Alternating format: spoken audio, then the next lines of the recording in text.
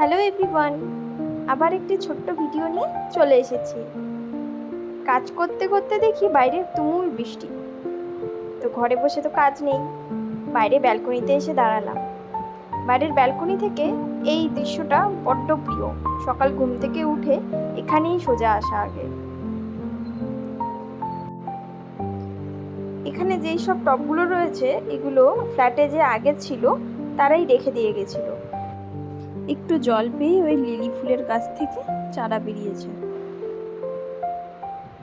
এরপর যাই রান্নাঘরের দিকে। তার আগে হলরুম থেকে যেই বাইরের দৃশ্যটা দেখা যায় সেটা দেখাই।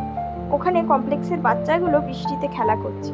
আমারও মন চাইছিল বৃষ্টিতে গিয়ে ভিজি, কিন্তু আমি এখানে মালপোয়ার ব্যাটার তৈরি করে রেখেছিলাম, সেটাই এখন ভাজবো। বৃষ্টিতে মালপোয়া খেতে বেশ ভালোই লাগবে।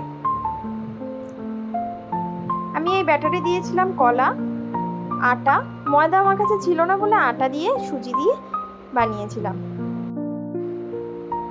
তেলের উপর ছাড়ার পর দেখি বেশ ফুলকো ফুলকো করে ফুলে উঠেছে। দেখে তো লুচির মতনই লাগছিল। এই এক এক করে ভাজবো সব।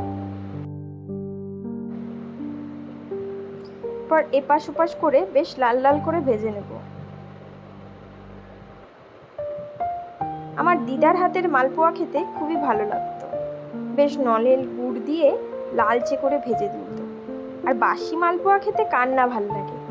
এ দেখো, সবকটা মালপোয়া ভেজে এবার চললাম কাজ করতে। ল্যাপটপ নিয়ে বসে পড়বো। চলো, টাটা।